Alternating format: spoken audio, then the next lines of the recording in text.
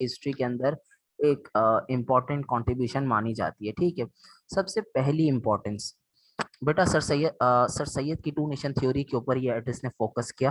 पहली इंपॉर्टेंस क्या है? Focused on sir Syed's two nation theory.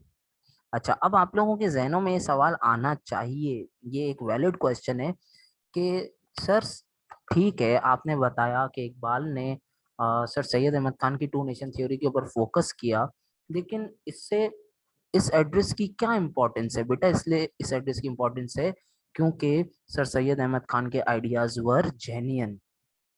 बात समझ में आई? तो focused on sir Syed two nation theory which was the most genuine idea. ये सबसे ओरिजिनल और जेन्युइन आइडिया था, क्योंकि आगे चल के सबकी बात गलत निकली, सर सैयद की सही निकली कि ये दो कभी साथ में नहीं रह सकते। विच was the genuine political idea. ठीक है, तो पहली सिग्निफिकेंस अल्लामा इकबाल के एड्रेस की ये थी कि इन्होंने सर सैयद अहमद खान के टू नेशन थ्योरी के ऊपर फोकस किया, जो कि एक बहुत ही जेन्युइन आइडिया था। और बेटा इसी जेन्युइन पॉलिटिकल आइडिया की वजह से मुसलमानों का पॉलिटिकल अवेकनिंग हुई, वो लोग सियासी तौर पर जागना शुरू हुए। और पॉलिटिकल अवेकनिंग की वजह से हमें क्या मिला? 1947 के अंदर हमें इंडिपेंडेंस मिली। ठीक हो गई बात? तो ये हमारा पहला जो है ना वो इम्पोर्टेंस थी अल्लामा इकबाल के एड्रेस की। ठीक है, अच्छा दूसरा देखो बेटा, अल्लामा इकबाल ने, आप मुझे बताओ, अब अगर रैशनली आप पूछो तो एक, मैं अगर आपसे पूछूं कि अल्लामा इकबाल ने ये सब इतनी लंबी क्यों हाँ की, अल्लामा इकबाल ने इतनी जो लंबी की वो क्यों की, तो इसका एक ऑब्वियस रीजन ये है कि भाई मेन बात पे आने से पहले आप इंट्रोडक्शन देते हो, ठीक है ना? जिस तरह आप हिस्ट्री के आंसर्स 14 मार्क में भी देते हो या इस्लामियात के अंदर देते हो, ठीक है। बट इसके पीछे एक और भी रीजन है बेटा। सर सैयद अहमद खान के लिए ये, सॉरी अल्लामा इकबाल के लिए ये सब करना इस वजह से भी जरूरी था क्योंकि इस वक्त मुसलमान भटके हुए थे। बेटा मुसलमान क्या थे इस वक्त? मुसलमान, मुस्लिम्स वर पॉलिटिकली मेस्मराइज्ड, मुस्लिम्स वर पॉलिटिकली कंफ्यूज्ड। ठीक है, मुस्लिम्स वर पॉलिटिकली, अब सर जरा इसका मतलब समझा दें कि ये पॉलिटिकली कंफ्यूज का क्या मतलब है। बेटा इसका मतलब ये, कोई एक शख्स एक बात कर रहा होता था, कोई एक शख्स एक बात कर रहा होता था, ठीक है। और इन पॉलिटिकल कंफ्यूजन्स की वजह से, बेटा इन पॉलिटिकल कंफ्यूजन्स की वजह से डिसएग्रीमेंट्स हो गए। क्या हो गए बेटा? डिसएग्रीमेंट्स हो गए। सर ये तो आप अपनी तरफ से बोल रहे हैं, कोई एग्जाम्पल दे दें। जी मैं आपको एग्जाम्पल दे देता हूँ। उसकी एग्जाम्पल ये है बेटा, मुस्लिम लीग भी टूट गई थी। मुस्लिम लीग टूट गई थी, डिवाइडेड, ठीक है। दो ग्रुप्स के अंदर डिवाइड हो गई थी, एक था जिना ग्रुप और एक था शफी ग्रुप, मियां मोहम्मद शफी। याद है मुस्लिम लीग की स्टैब्लिशमेंट पढ़ाते हुए मैंने इनका नाम बताया था, मियां मोहम्मद शफी का। तो हमारी, तो जो मुसलमान थे उस वक्त के, वो पॉलिटिकली बेटा कंफ्यूज हो गए थे, पॉलिटिकल डिसएग्रीमेंट्स हो गए थे। तो इकबाल के इस एड्रेस ने तमाम मुसलमानों को सेम पेज के ऊपर लेके आया। All Muslims came to same page, came to same page. मुसलमानों के अंदर यूनिटी इंक्रीज हुई, मुसलमानों के अंदर यूनिटी इंक्रीज हुई इस एड्रेस की वजह से।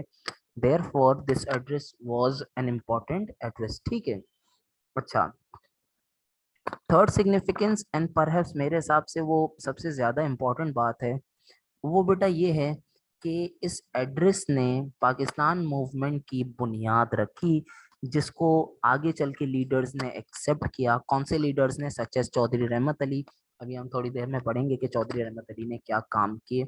और फिर लेटर ऑन 1940 के अंदर जिन्ना ने भी रियलाइज किया कि भाई अल्लामा इकबाल के जो आइडियाज थे वो बिल्कुल सही थे। ठीक है, तो थर्ड सिग्निफिकेंस क्या है?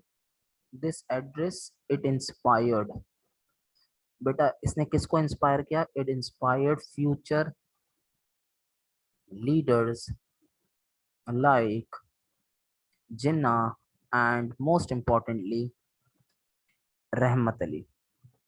बेटा आपको पता है चौधरी रहमत अली तो इतना मुतासिर हुए अल्लामा इकबाल से कि उन्होंने, चौधरी रहमत अली ने तो, अभी हम थोड़ी देर में पढ़ेंगे, एक पैम्फलेट लिख दिया, उसके अंदर पाकिस्तान का नाम भी मेंशन कर दिया उन्होंने। ठीक है, चौधरी रहमत अली ने बोला इकबाल ने बिल्कुल ठीक कहा है, मुसलमानों को एक अलग जो है ना वो मुल्क दिया जाना चाहिए।